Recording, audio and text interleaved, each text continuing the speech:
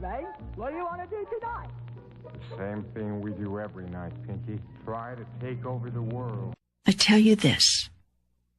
There is no coincidence, and nothing happens by accident. Each event and adventure is called to yourself by yourself in order that you might create and experience who you really are. All true masters know this. That is why mystic masters remain unperturbed in the face of the worst experiences of life, as you would define them. The great teachers of your Christian religion understand this. They know that Jesus was not perturbed by the crucifixion, but expected it. He could have walked away, but he did not. He could have stopped the process at any point. He had that power, yet he did not. He allowed himself to be crucified in order that he might stand as man's eternal salvation. Look, he said, at what I can do. Look at what is true, and know that these things and more shall you also do. For have I not said, ye are gods? Yet you do not believe. If you cannot, then believe in yourself. Believe in me. Such was Jesus' compassion that he begged for a way and created it to so impact the world that all might come to heaven, self-realization, if in no other way than through him. For he defeated misery and death, and so might you. The grandest teaching of Christ was not that you shall have everlasting life, but that you do. Not that you shall have brotherhood in God, but that you do. Not that you shall have whatever you request, but that you do. All that is required is to know this, for you are the creator of your own reality, and life can show up no other way for you than that way in which you think it will. You think it into being. This is the first step in creation. God the Father is thought. Your thought is the parent which gives birth to all things. This is one of the laws we are to remember. Yes. Can you tell me others? I've told you others. I've told you them all since the beginning of time. Over and over I've told you them. Teacher after teacher have I sent you. You do not listen to my teachers. You kill them. But why? Why do we kill the holiest among us? We kill them or dishonor them, which is the same thing. Why? Because they stand against every thought you have that would deny me. And deny me you must if you are to deny yourself. Why would I want to deny you or me? Because you're afraid. And because my promises are too good to be true. Because you cannot accept the grandest truth.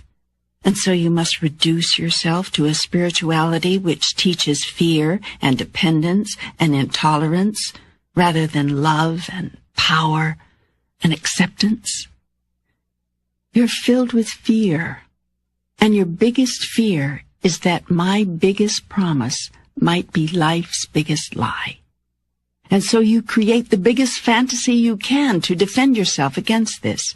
You claim that any promise which gives you the power and guarantees you the love of God must be the false promise of the devil.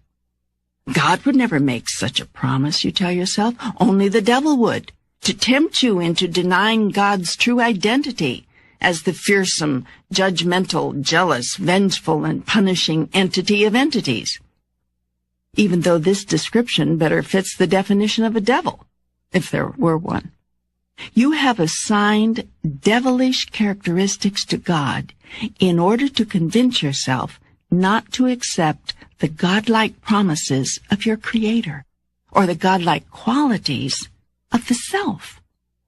Such is the power of fear. I'm trying to let go of my fear. Will you tell me again more of the laws? The first law is that you can be, do, and have whatever you can imagine. The second law is that you attract what you fear. Why is that? Emotion is the power which attracts. That which you fear strongly, you will experience. An animal, which you consider a lower form of life, even though animals act with more integrity and greater consistency than humans, knows immediately if you are afraid of it. Plants, which you consider an even lower form of life, respond to people who love them far better than to those who couldn't care less. None of this is by coincidence. There is no coincidence in the universe. Only a grand design, an incredible snowflake. Emotion is energy in motion. When you move energy, you create effect. If you move enough energy, you create matter. Matter is energy conglomerated, moved around, shoved together. If you manipulate energy long enough in a certain way, you get matter. Every master understands this law. It's the alchemy of the universe. It's the secret of all life. Thought is pure energy. Every thought you have ever had, and ever will have, is creative. The energy of your thought never, ever dies. Ever. It leaves your being and heads out into the universe, extending forever. A thought is forever. All thoughts congeal. All thoughts meet other thoughts, crisscrossing in an incredible maze of energy, forming an ever-changing pattern of unspeakable beauty and unbelievable complexity.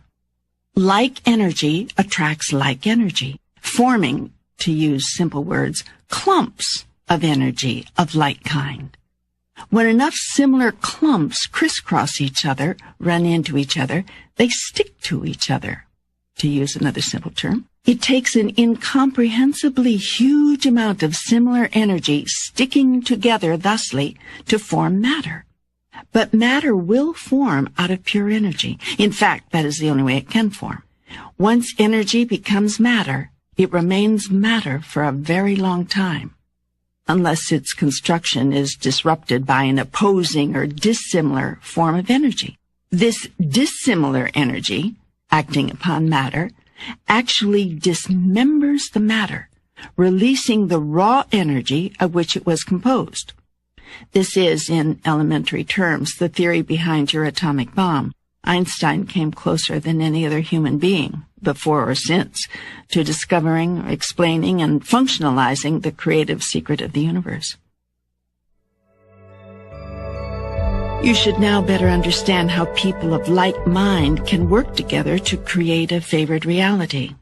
The phrase, "wherever two or more are gathered in my name," becomes much more meaningful.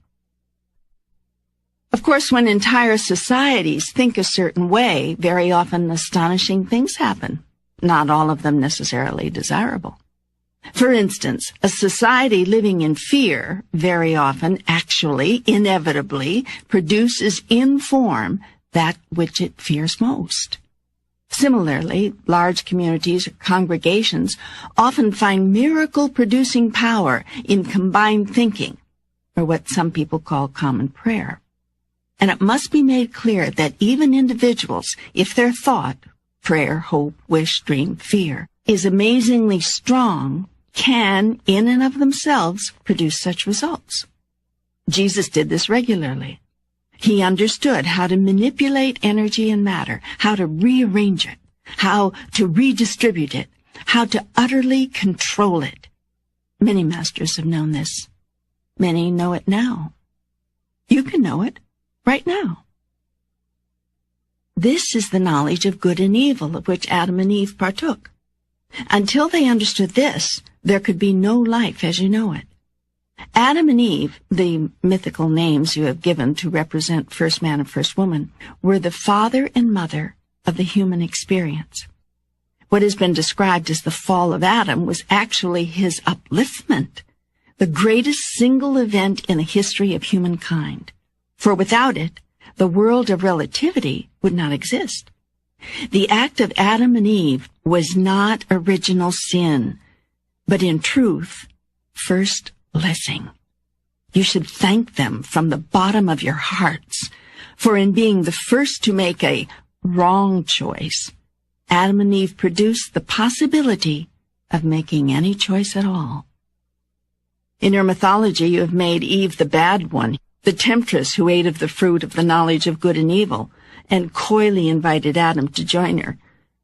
This mythological setup has allowed you to make woman man's downfall ever since, resulting in all manner of warped realities, not to mention distorted sexual views and confusions. How can you feel so good about something so bad? What you most fear is what will most plague you. Fear will draw it to you like a magnet. All your holy scriptures of every religious persuasion and tradition which you have created contain the clear admonition, fear not. Do you think this is by accident? The laws are very simple. Thought is creative. Fear attracts like energy. Love is all there is. Oops, you got me on that third one. How can love be all there is if fear attracts like energy? Love is the ultimate reality. It is the only, the all. The feeling of love is your experience of God. In highest truth, love is all there is, all there was, and all there ever will be. When you move into the absolute, you move into love. The realm of the relative was created in order that I might experience myself. This has already been explained to you. This does not make the realm of the relative real.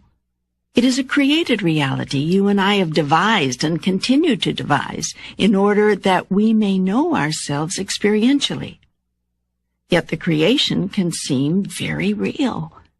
Its purpose is to seem so real we accept it as truly existing. In this way, God has contrived to create something else other than itself. Though in strictest terms, this is impossible since God is I am, all that is. In creating something else, namely the realm of the relative, I have produced an environment in which you may choose to be God rather than simply being told that you are God, in which you may experience Godhead as an act of creation rather than a conceptualization in which the little candle in the sun, the littlest soul, can know itself as the light. Fear is the other end of love. It is the primal polarity. In creating the realm of the relative, I first created the opposite of myself. Now, in the realm in which you live on the physical plane, there are only two places of being, fear and love. Thoughts rooted in fear will produce one kind of manifestation on the physical plane. Thoughts rooted in love will produce another. The masters who have walked the planet are those who have discovered the secret of the relative world and refuse to acknowledge its reality. In short, masters are those who have chosen only love. In every instance, in every moment, in every circumstance, even as they were being killed, they loved their murderers. Even as they were being persecuted, they loved their oppressors. This is very difficult for you to understand, much less emulate. Nevertheless, it is what every master has ever done. It doesn't matter what the philosophy, it doesn't matter what the tradition, it doesn't matter what the religion. It is what every master has done. This example and this lesson has been laid out so clearly for you, time and time again, over and over has it been shown to you.